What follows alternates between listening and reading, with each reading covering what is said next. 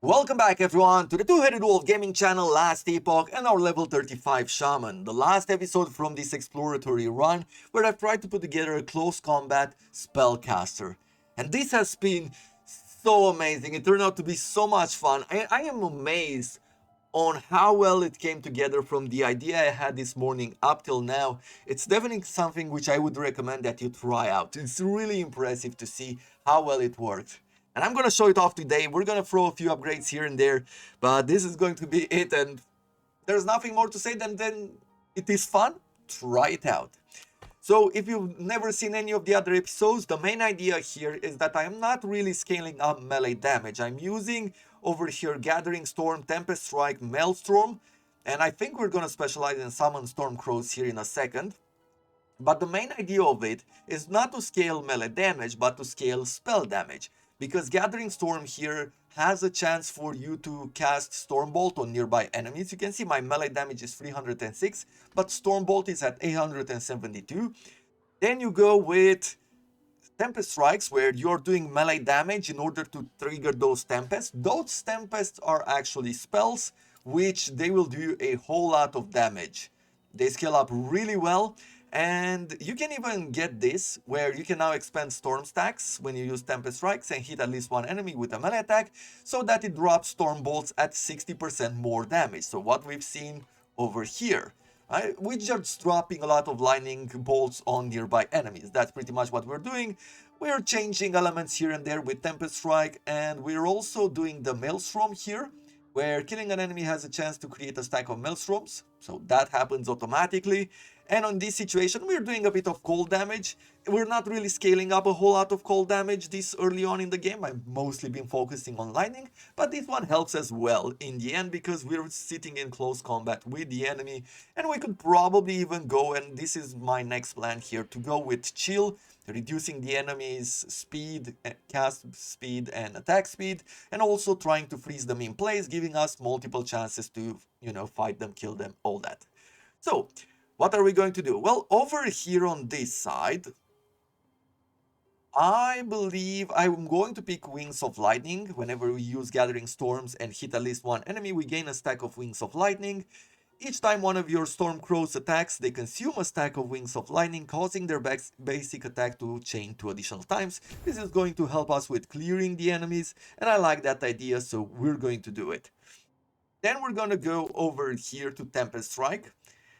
And what I am thinking, at this moment I went with Soaring Blows here, just to get some, I guess, lightning penetration per 5% uncapped lightning rest. This doesn't happen too often as I'm throwing down storm totems and getting this 50% elemental resistance, so yeah, that doesn't work too well too often.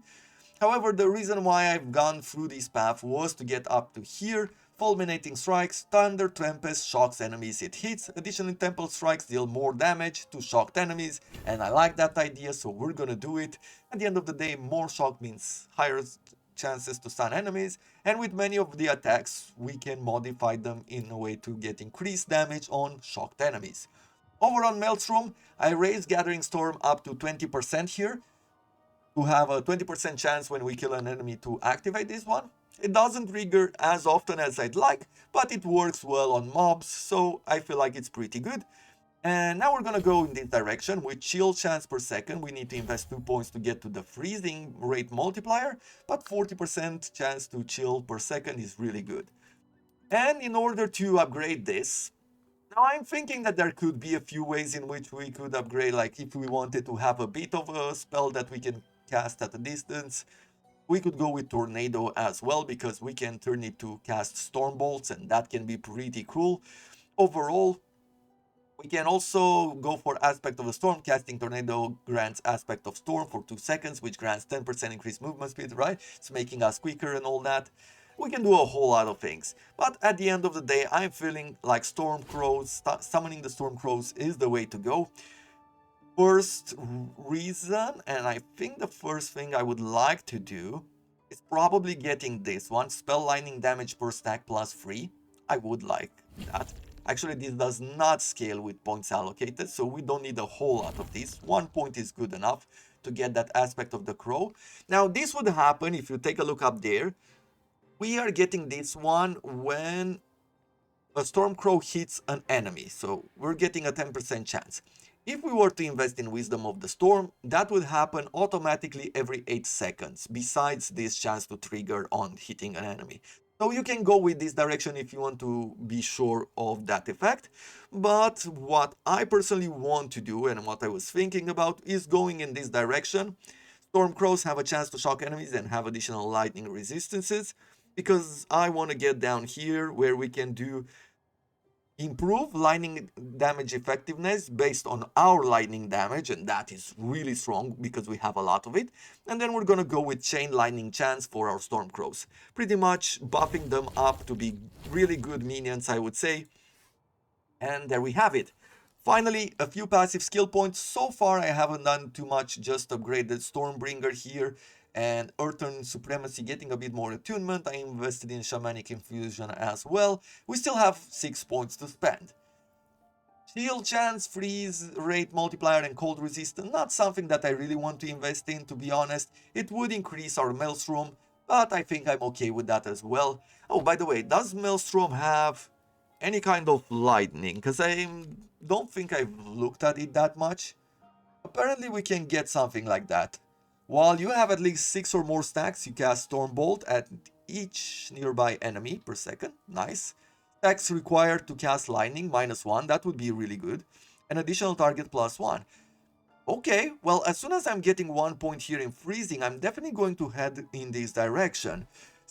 Having 6 stack of Maelstrom, even with this, doesn't happen often enough. I mean, we have 7 seconds here for each stack. We would need to kill a big mob in order to make sure that this triggers. It doesn't happen because it happens only on kill and not on hit. It doesn't happen too often. I've tried to look at it because I was thinking I would go with haste here and frenzy when we would have 6 stacks of Maelstrom, but no, unless you do it manually, it's very difficult to get to this point. However, if we went this way and we would decrease it by 3, then at this point it would work. I can get to 3 quite often, and that would help us a lot. So something to keep in mind there if you want to take this build and push it further. And over to the passives, back to the passives here. Yeah, we don't need cold damage. We could get this one, Glacial Strike. You have additional strength, 1 per point. Every 3 seconds, your next melee attack deals additional melee cold damage. Okay, it's once again cold damage. I thought it would be lightning, but it's this one actually that I want. Avatar of Thunder, spell lightning damage +2 per point, and minion lightning spell lightning damage +2 per point. I do like that. We're doing that a lot. Increase stun chance, increase minion stun chance by 18% per point. I like both of those. And increase minion lightning and cold damage. We don't want to focus on that. We're not really focusing on minions at the moment. So with all this in mind, you can see here I've invested also to get that 25% chance to cast Stormbolt when hit. A lot of spell damage. I am going to go with 1 point here to increase stun chance. You know, even this small chance I believe is good or can be effective. We're gonna spend a few more points in base lightning damage for us and our minions. We also got Avalanche here, your chance to summon the Might of Winter and pummel your foes with ice and snow. You have no mana regen while channeling. This is actually a channeling attack. We're gonna try it out just to see how it works. And let's see, freeze rate multiplier, we don't care. Elemental resistance per totem, we don't care. Spell damage and minion spell damage, we do care about that. Increase elemental melee damage 10% per point. We do not care about that though. So let's see. If I was to invest in something, I guess we're going with a bit more spell damage here, right? And that should be about it. And if I was to try, let's see, this avalanche.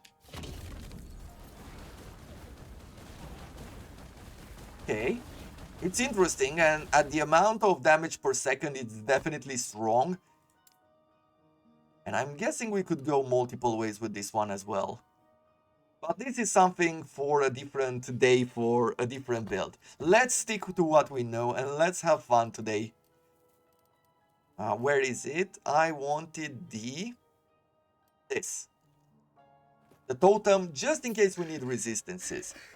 And just so you know, pay a bit of attention when you're fighting bosses, because many times you can have necrotic damage coming in, or the bosses are doing, you know, poison damage, things like that. So throwing in a totem for increased elemental resistance doesn't really work with anything. Another one of the upgrades that we can throw in now is our equipment. Because I feel like we can replace our unique sword finally. I found one which would help us a lot. So over here, we're doing 355 damage on melee, we're doing 1500 or 1400 on Tempest Strikes without any buffs. And we also found this sword, where we're getting some extra melee damage, 16% increased lightning damage, plus 6 melee lightning damage, and 23% chance to shock. At the end of the day, this sword is not providing us with a whole lot more. Elemental attacks deal 1% increased damage per 200 worth. I am getting 200 worth every once in a while, but not enough to keep up with everything. So I am going to throw this in, just because we can do a bit more damage with melee. And I feel like that works really well. We can also upgrade some elemental damage here on this stuff, and I like that. Let's upgrade some of these basic lightning damage, right? Because it is a percentage, and I feel like this could work well. Yeah, 500, almost 1600 there. This armor, even though we're going to lose the 40 mana there, I feel like we could replace it with 19 armor, 8% endurance, 59 health, void resistance, and 47% increased spell damage. So what would that make for a Storm Bolt, for example? Go here and we look at Storm Bolt. That's 1050 per bolt. And if I throw this in, 1173. So we're scaling damage up like crazy. Yeah, these boots not worth replacing just for the shock effect. But watch some of those critical strikes. I mean, even on using my normal attack, these Storm Bolts are 600 damage, 700 damage. It's going 2000 right there. So that is really cool. And the really nice thing is that this Storm Bolt does not stay only when I do melee attacks. You can see that it stacks here, the Storm stacks, which cast Storm Bolt at nearby enemy, actually last for a while. So whenever we're constantly moving, we are casting Storm Bolts on enemies before we even have to fight them in melee, right? Encounter them in melee. And look at this. Look how quickly we're taking down the boss. He already has 10 stacks of shock here. He has a bit of chill on him. Nothing too crazy, but every little bit counts. At the end of the day, I can, in bosses like this where they do fire damage, I can cast one of those. And that puts our resistances at cap level. You can see that I have upgraded the poison resistance. I've gotten a bit smarter nowadays, rather than constantly having to throw in equipment or look for equipment which has poison resistance. I realized, hey, you know what? I can craft this. And actually capping it at 75% means that none of your characters will have any more problems. So overall, use crafting, especially when you are on your, on the 11th character that you've run through to level 35, right? Yeah, absolutely loving this. You can see this is the Maelstrom stacks. And we'll try to find the mob, and I'll try to show you, like ask you to pay a bit of attention just to see how things feel. But those stacks are not going up too high. I was thinking whether to throw another point in or not, because being at 20%, it means you have a 1 chance in 5 to cast it. Being at 25% means you have a 1 chance in 4 to cast Maelstrom, so that's good. Okay, now I have 1 stack of Maelstrom. Now I have 2. Not yet on 3. Now it's down to 1. Now it's back at 2. Now it's back at 2. So that's the thing. 7 seconds might not feel like it's little, but it's actually very little when you're trying to cast this automatically. So maybe I'm gonna throw another point there just to bring it to 25. Okay, let's try to take this guy down. So for example, on this enemy, because he's summoning those goats and they do some elemental damage, it's good to have one of these on you. But for the boss itself, it really doesn't matter. It's not affecting the damage that he's doing, so you don't really need to worry about summoning your totems. We're done with that. Let's specialize here, and we're going further with Fulminating Call. Great. This should give our minions a bit more damage. The damage went from about 50 to 200. You can see almost 300 there. I wish I'd seen it. And that's really nice. Imagine how she feels.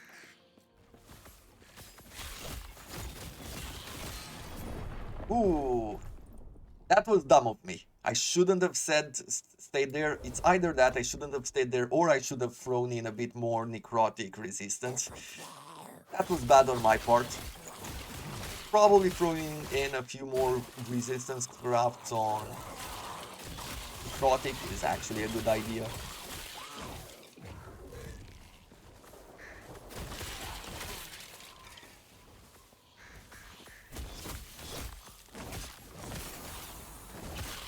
Shade's Quarter of Brutality. Okay, that is a staff, and I do not want the staff. Maelstrom has been upgraded again. Let's try to get it to 25%. And let's see if this works. So let me run away from those area of effect, because it seemed like it's killing us very quickly. We've leveled up. Even our cross leveled up again. I guess it's because of all the uniques or rare enemies here.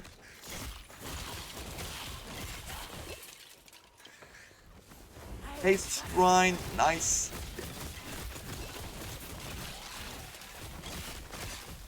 That's a glaive I don't care for. I mostly set the filter, loot filter, to show me some ice damage, spell damage, things like that. Not ice damage, but lightning damage, spell damage. And I don't remember anything else. I think I threw in a few modifiers which I felt like I was interested in.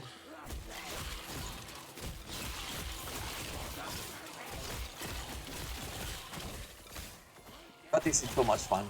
I am doing so much damage here, it's really great. It really has turned out like a great build. I got the same kind of excitement. Actually, it's probably even better than the Spellblade. It's an even better experience than what I had yesterday with the minions. Let's try to fight this guy. It seems like that shield of his is a bit annoying. We lost a lot of health there. Try to do a lot of damage.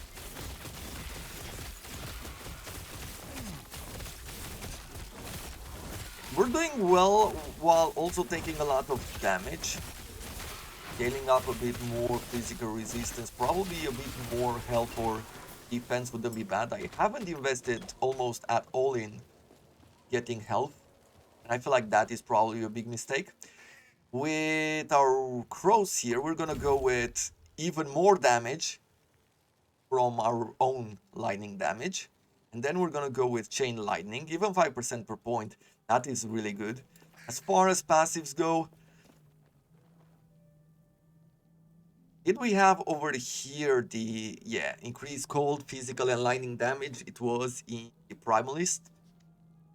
And for now, we're still gonna go forward here because we have these elemental shrines, attunement point +1 per point, increase mana regeneration per free attunement by 2% when we have 5 points invested in this, and that could be really good. And Rhythm of Thunder, every 3 seconds your next melee attack deals additional lightning damage. We are running with some lightning damage, so even throwing 1 point here for 6 flat lightning damage feels really good. Lagon's answer, your direct spell cast have a chance to cast Stormbolt. While channeling, you have a chance to cast Stormbolt. Fortunately, we're not doing directs. We are doing triggers. We are using melees as triggers for Stormbolt, so this is not going to be useful for us in our build. Your melee attacks have a chance to cast Stormbolt on hit, so that is going to make a big difference there. And less damage taken from shocked enemies, 1% per point. That is probably going to be the best investment. Your indirect Stormbolt casts have a chance to cast again after 0.25 seconds when we're investing 5 points. That's 20% to do that. That's actually... We're getting triggers after triggers after triggers. Hidden so And that clever is with really advice. cool. Don't ask her about the diamond matrons. You'll regret I'm it. super excited by this build. And at this point, I'm thinking that this might be the one I'm returning to. I don't know. I really don't know. There's so many characters that I want to play. I think I might return to the Paladin class. I think that that's what I might want to do. Return to the Paladin class. Go for that two-handed mace with the fire damage. And try to create a two-handed Paladin rather than going for a shield. I think that's probably what I'll be doing. We shall see how efficiently that turns out, but for now... Can I help you? Mm, Stay safe, traveler. this we've seen before, and we will see in the following days as well. Those items, there's not really anything to show there. Just quickly going to pick up these quests, and then we'll get back into the action as we have a bit more time on our hands to level up the crows a bit more.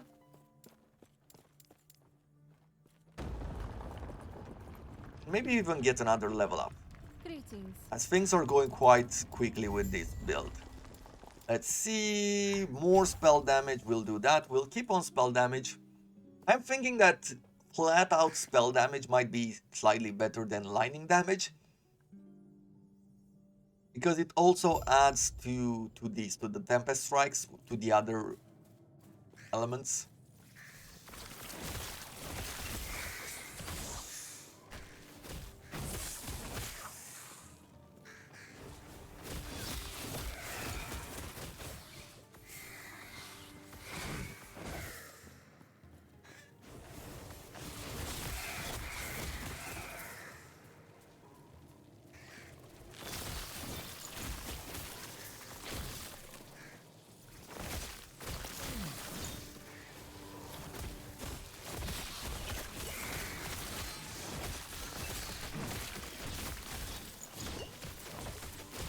Nothing can stay in our way.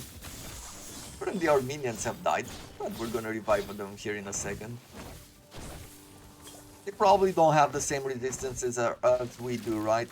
So if I'm going to look here at minions, does it show? No, it just shows the increase damage, but doesn't show any other resistances.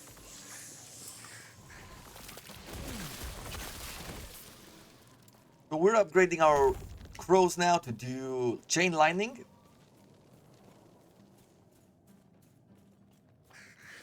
And let's draw some conclusions. I think it's about time, while we're enjoying the rest of this run, let's talk about some conclusions. I feel like this class turned out better than planned. I didn't think it was possible to make it this efficient. I was wondering at first whether I made the wrong choice by trying to invest into this and making a shaman. Especially when I picked up the mastery and I saw that the team was with totems, I really thought I made a big mistake. And while I was leveling up, I was also thinking, well, the Beastmaster wouldn't have worked necessarily better. I mean, I would have had more companions with me, or maybe one companion, one main one, if we were to focus on that. But there's plenty of points which focus you in a very different direction rather than elemental damage. And if I was to try out the Druid class, I'm not sure it's really focusing on elements. It might actually work better. We shall see tomorrow. But it might actually work better if it has some elemental damage. You know, when I'm thinking about Druid, I'm not really thinking that it's going to be like in Diablo 2, right? When you have the class of the druid and then you have all of these skills that you can invest points in, and you can make your build around lightning damage, but there's no masteries there, right? So you have everything available to you. So with this in mind, somehow by pure luck, by the pure idea of luck, I think we've made the best choice that we could have had with this mastery for the druid class. And it's probably the best one to be able to create actually this sort of melee spellcaster. Because then somehow I feel that if it was really that possible with other classes, I might have seen it before as well. But I don't remember any of the other classes have these sort of triggers where you're doing melee damage and all of a sudden you're dropping yourself a lightning bolt, or you're dropping yourself a totem, right? Because we could have changed Tempest Strike in a way to give us totems instead, right? Not all classes, or so far I haven't really seen the other classes have the possibility to do that. I guess the only thing I could say is that when I played the Spellblade, it had the same kind of theme where you're actually a spellcaster, but what you could do done is invest a lot into melee damage, right? So it's the reverse theme of what I've done here.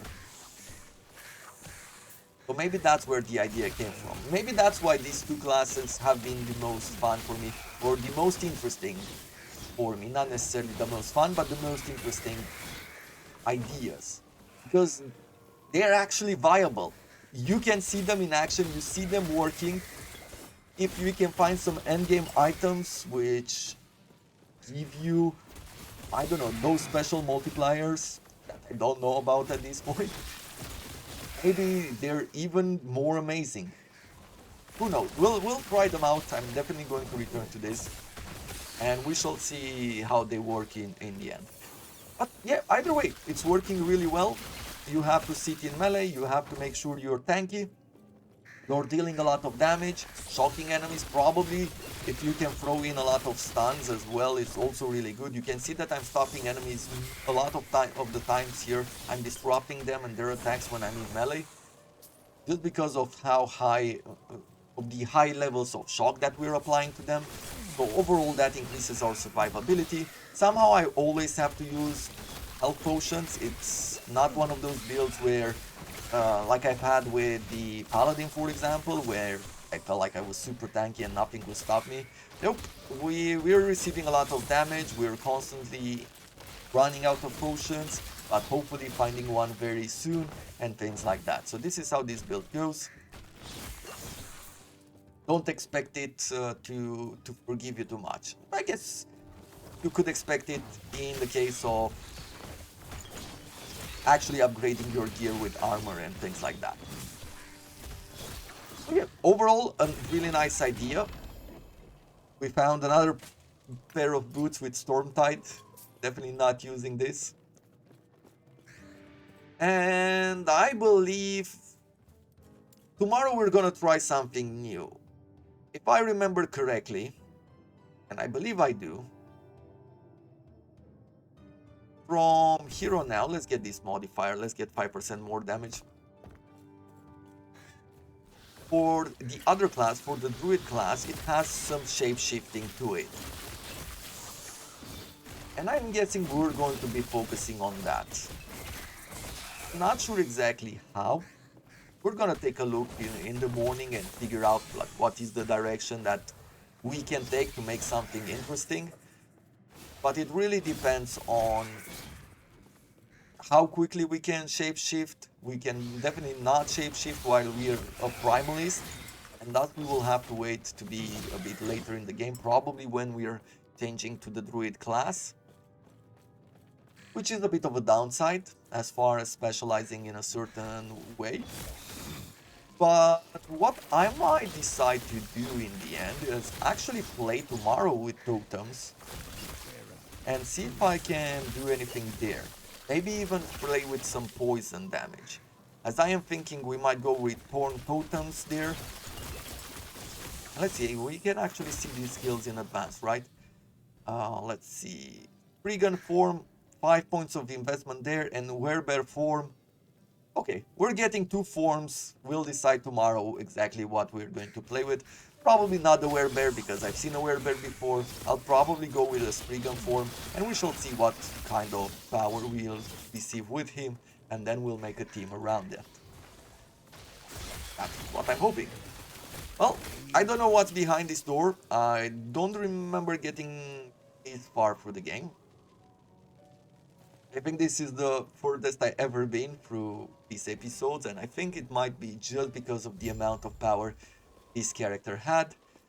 I don't see a boss here, so we're just normal monsters. Unfortunately, we're not gonna try it anymore against any sorts of enemies. I think you've gotten the point of how this class plays, how this build goes. Hope you have enjoyed it. If you did, do consider leaving a like.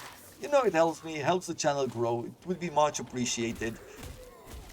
If you have any feedback about the theories, about how the builds go, about how I'm farming in between the episodes, do let me know, as it would help to hear a few thoughts about what I'm doing here. You know, the channel is small, it's not receiving a whole lot of thoughts and feedback, so anything is very welcome to try to figure out how I go into the future. And with this in mind, pick up the game whenever you have an opportunity to do so. Buy the game. You'll enjoy it. If you like what you've seen so far, you'll definitely like a lot more about it. And until next time, I thank you very much for watching, and I wish you all to have a wonderful day. Oh, and we found a small idol. 10% more hit damage if you have only one singularity equipped. Cannot deal critical strikes. Don't know what that is? We need level 42 for it? Yeah, for a different time. Bye-bye!